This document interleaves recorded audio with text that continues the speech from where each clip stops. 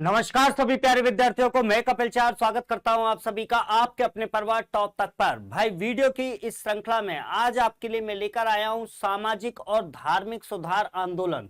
आप एग्जाम में देखते हैं भाई यहां से आपको एक आध क्वेश्चन 100% देखने को अवश्य मिलता है, तो मैंने पूरा प्रयास किया है कि जितने भी सामाजिक और धार्मिक सुधार आंदोलन आपके मुख्य हो सकते हैं, महत्वपूर्ण हो सकते हैं, उन सभी को मैंने यहाँ पर शामिल करने का प्रयास किया है। तो यहाँ पर देखिएगा क्वेश्चन वाइज एक एक करके इनके बारे में बात करते हैं, इनके बारे में जानने का प्रयास करते हैं। पहला क्वेश्चन आपको सूची वाला क्वेश्चन है। एक तरफ आपको कुछ घटनाएं दे रखी हैं और दूसरी तरफ वो घटनाएं कब घटित हुई थी, आपको इनका मिलान करना है। तो देखिएगा सती प्रथा के उन्मूलन की अगर हम बात करें तो आपको पता है सती प्रथा का उन्मूलन राजा राममोहन राय के प्रयासों से 1829-30 में हुआ। ठीक है। विधवा पुनर्विवाह की अगर मैं बात करूं तो विधवा पुनर्विवाह आपको पता होगा ईश्वर चंद्र विद्यासागर के प्रयासों से ये कब हुआ था, 1856 में हुआ था। इसके अलावा कन्या भ्रूण हत्या निषेध की अगर मैं बात करूं तो ये वाली घटना 1804 में घटित हुई थी। और दास प्रथा के उन्मूलन की अगर बात करें तो दास प्रथा का उन्मूलन संबंधित है 1843 से। यानी आंसर क्या बनेगा, आंसर बन जाएगा ए का 3 बी का 4। ए का 3 बी का 4, ए का 3 और बी का 4 ये दो में है, अभी तो और देखना पड़ेगा। 3 हो गया, 4 हो गया, इसके अलावा 2 1, 3 4 2 1, 3 4 2 1 कौन सा सही है, आंसर हो जाएगा आपका सी।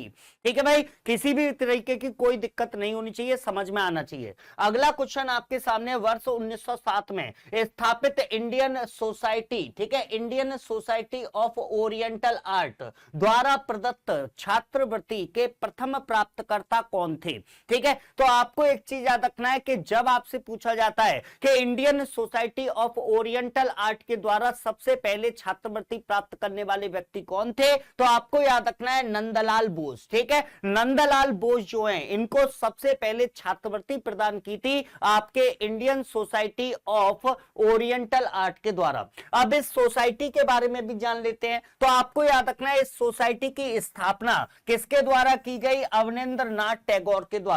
अवनींद्र नाथ टैगोर के द्वारा इस सोसाइटी की स्थापना 1907 में की गई थी। स्थान की बात करें कहां पर की गई थी, तो आपको याद रखना है कलकत्ता में की गई थी। और नंदलाल बोस के बारे में आपको फैक्ट याद रखना है कि नंदलाल बोस जो थे ये एक प्रसिद्ध चित्रकार थे और भारत के संविधान की मूल प्रति को डिजाइन करने वाले नंदलाल बोस ही हैं। क्लियर है। चलिए अगला क्वेश्चन आपके सामने है। यहां पे भी दो सूचियां आपको दे रखी हैं, आपस में मिलान करना है, एक एक करके इनको मिलान करना है। यहां पर गौर करिएगा, अगर हम बात करते हैं ज्योतिबा फुले की, तो ज्योतिबा फुले किसके साथ जुड़े हुए हैं, तो आपको पता है ज्योतिबा फुले जुड़े हुए हैं सत्यशोधक समाज के साथ। किसके साथ जुड़े हुए हैं, सत्यशोधक समाज के साथ में जुड़े हुए हैं। इसके अलावा थियोसोफिकल सोसाइटी की बात करें तो थियोसोफिकल सोसाइटी जो है इससे जुड़े हुए हैं कर्नल आलकाट। कौन जुड़े हुए हैं, कर्नल आलकाट जो है ये इसके साथ जुड़े हुए हैं। आपको याद रखना है कर्नल आलकाट के अलावा मैडम ब्लावास्की, ठीक है, मैडम ब्लावास्की जो हैं वो भी आपके थियोसॉफिकल सोसाइटी के साथ में जुड़े हुए हैं। इसके अलावा आपको याद रखना है कि आगे चलकर इसका जो मुख्यालय होगा वो मद्रास के अडियार नामक स्थान पर बनाया जाएगा। आपसे ये भी पूछा जाता है कि थियोसॉफिकल सोसाइटी का मुख्यालय कहां पर स्थापित किया गया था, तो मद्रास में अडियार नामक स्थान पर इसका मुख्यालय स्थापित किया गया था। इसके अलावा आपको याद रखना आदि ब्रह्म समाज इसके साथ में जुड़े हुए हैं देवेंद्र नाथ टैगोर। और भारतीय ब्रह्म समाज की बात करें तो इससे जुड़े हुए हैं केशव चंद्र सेन। यानी आंसर क्या बन जाएगा, आंसर बन जाएगा आपका 2 4 3 1, 2 4 3 1, यानी आंसर हो गया है बी। कौन सा हो जाएगा, बी आंसर इसका सही हो जाएगा। अगला क्वेश्चन आपके सामने है, इनमें से कौन देवबंद स्कूल से नहीं जुड़ा हुआ। ठीक है, इनमें से कौन देवबंद स्कूल के साथ नहीं जुड़ा हुआ, आपको याद रखना है देवबंद स्कूल जो था ये मुस्लिम पुनर्जागरण के लिए देवबंद स्कूल की स्थापना सहारनपुर में की गई थी। आपको याद रखना है इसके साथ में 3 लोग जुड़े हुए थे, मोहम्मद कासिम ननौतवी, रशीद अहमद गंगोही, महमूद उल हसन। ये तीनों लोग इसके साथ जुड़े हुए हैं, लेकिन शाह अब्दुल अजीज जो हैं वो इसके साथ जुड़े हुए नहीं है। ये तीनों जो हैं ये तीनों इसके संस्थापक सदस्यों में रहेंगे, ये आपको याद रखना है। इसके अलावा देखिएगा भाई, आपको कोई भी जो भी YouTube की क्लास होती है इसकी पीडीएफ जो है उसके लिए आपको टॉप तक एप्लीकेशन को डाउनलोड करना पड़ेगा। वहां पर आपको YouTube पीडीएफ के नाम से ऑप्शन मिल जाएगा, यहां पर जाकर आप अपनी पीडीएफ प्राप्त कर सकते हैं। इसके अलावा भाई मैथ्स का बाप कोर्स आपके लिए चल रहा है जिसमें 30 डेमो आपके लिए फ्री रखे गए हैं। मैथमेटिक्स के लिए बहुत बढ़िया कोर्स, आप इसे आकर टॉप तक एप्लीकेशन से ले सकते हैं। आगे की तरफ चलते हैं, अगले क्वेश्चन की बात करते हैं। 5वां क्वेश्चन, सन 1856 के विख्यात हिंदू विधवा पुनर्विवाह अधिनियम को पारित करवाने के लिए निम्नलिखित में से कौन उत्तरदायी था? तो अभी अभी मैंने बताया था भैया, हिंदू विधवा पुनर्विवाह अधिनियम, इसको पारित करवाने में ईश्वर चंद्र विद्यासागर जो हैं इनकी प्रमुख भूमिका रही थी, ये आपको याद रखना है। इसके अलावा बंगाल में धर्म सभा, ठीक है, बंगाल में धर्म सभा का स्थापना या संस्थापक कौन थे? ठीक है, तो धर्म सभा के बारे में आपको याद रखना है, राधाकांत देव के द्वारा धर्म सभा की स्थापना वर्ष 1830 में की गई थी। और इस सभा के बारे में आपको एक स्पेशल फैक्ट याद रखना है कि इस सभा के द्वारा सती प्रथा का समर्थन किया गया था। बहुत इंपॉर्टेंट पॉइंट है, आपसे पूछा जाता है कि ऐसी कौन सी संस्था थी जिसके द्वारा सती प्रथा का समर्थन किया गया था? तो धर्म सभा राधाकांत देव, 1830 में इसकी स्थापना हुई, ये याद रखिए। अगला क्वेश्चन आपके सामने है 1891 के एज ऑफ कंसेंट एक्ट के अंतर्गत कन्याओं के विवाह की न्यूनतम आयु क्या निर्धारित की गई थी? तो आपको याद रखना है 12 वर्ष। ठीक है, क्या याद रखना है? 12 वर्ष इसकी जो आयु थी वो आपकी निश्चित की गई थी। आपको विवाह से संबंधित 3 एक्ट याद रखने हैं जो आपके एग्जाम में पूछे आते हैं। सबसे पहले 1872, ठीक है, 1872 में आपको याद रखना है एक एक्ट आया था जिसे नेटिव या सिविल मैरिज एक्ट के नाम से जाना जाता है। ठीक है, सबसे पहले ये आया था 1872 में, ये चीज आपको याद रखनी है।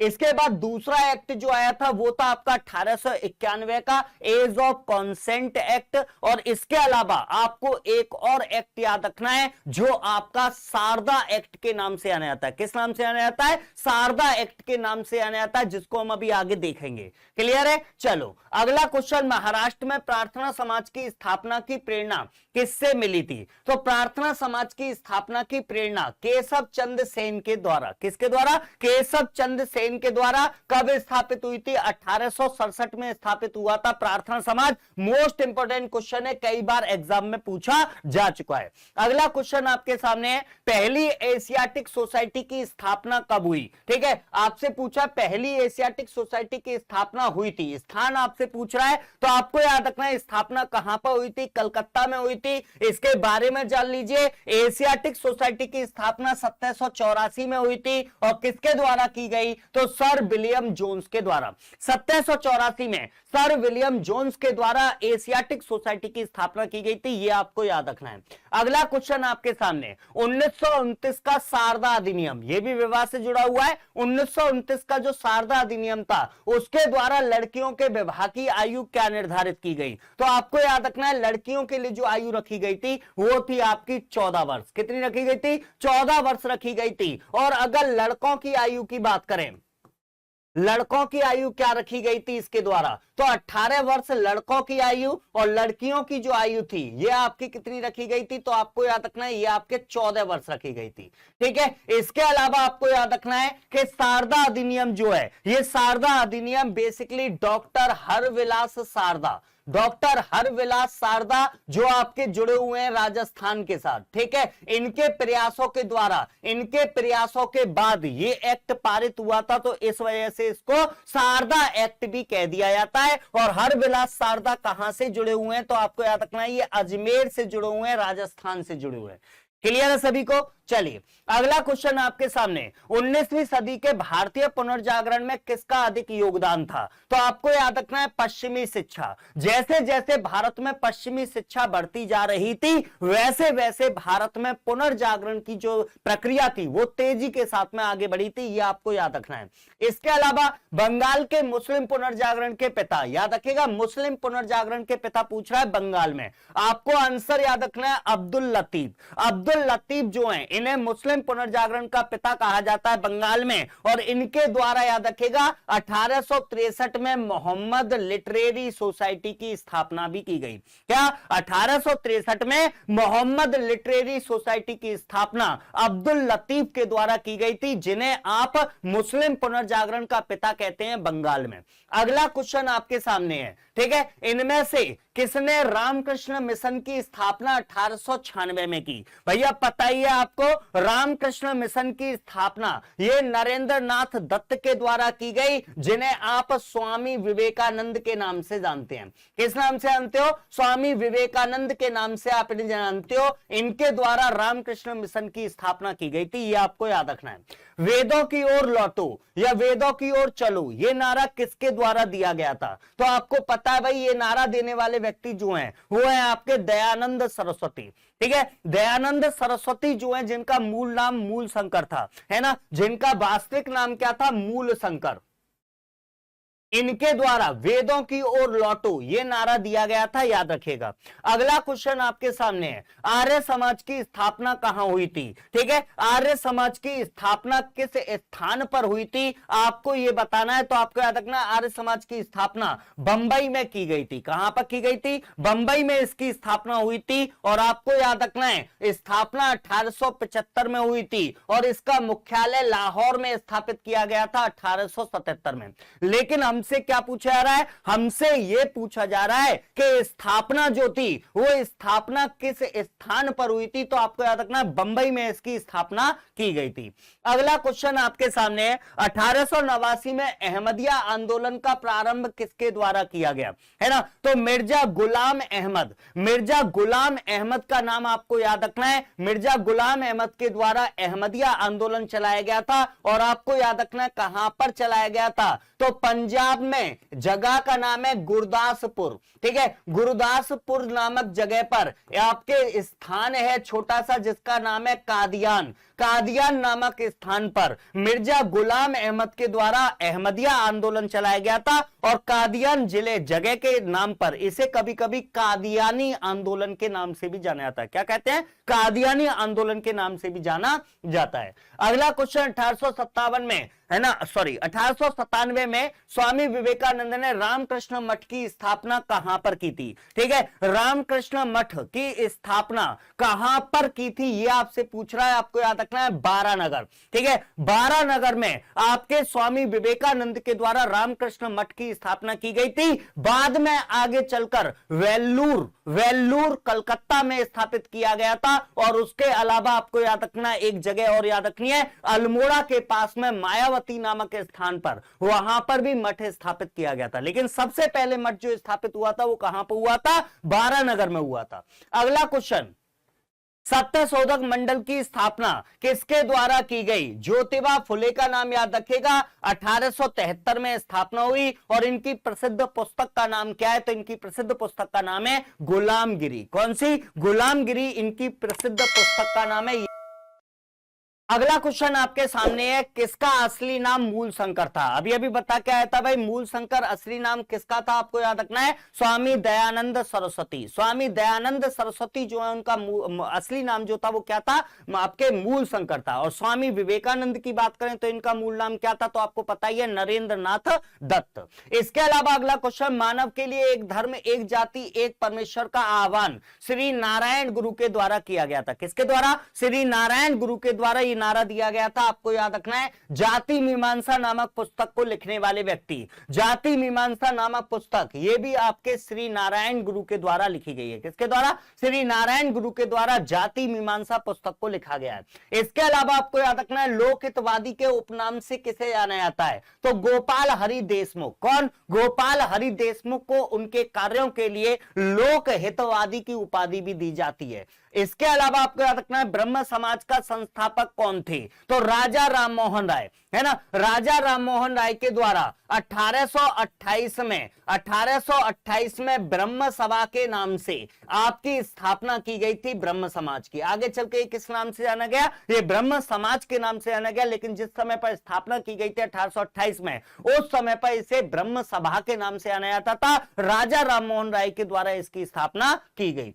इसके अलावा आपको याद रखना है, आधुनिक भारत का पिता किसे कहते हैं? तो राजा राममोहन राय जो है, इन्हें कई नामों से जाना जाता है। राजा राममोहन राय को आधुनिक भारत का पिता कहा जाता है। राजा राममोहन राय को युग दूत के नाम से भी जाना जाता है। राजा राममोहन राय को भारतीय पुनर्जागरण का पिता भी कहा जाता है। राजा राममोहन राय को भारतीय राष्ट्रवाद का पैगंबर भी कहा जाता है। यह आपको याद रखना है। इसके अलावा अगला क्वेश्चन आपके लिए, मोहम्मद एंग्लो ओरिएंटल कॉलेज की स्थापना 1875 में की गई थी। यह आपको याद रखना, अलीगढ़ में मोहम्मद एंग्लो ओरिएंटल कॉलेज की स्थापना 1875 ईस्वी में की गई थी। यह आपको याद रखना है। अगला क्वेश्चन, मिरात उल अखबार किसके द्वारा स्थापित किया गया? मिरात उल अखबार भाई फारसी भाषा में निकाला जाता था, और इसे निकालने वाले व्यक्ति कौन थे? तो आपको याद रखना है, राजा राममोहन राय। ठीक है, राजा राममोहन राय जो हैं, वो मिरात उल अखबार जो फारसी भाषा में निकालता था, उसे निकालने का कार्य करते थे।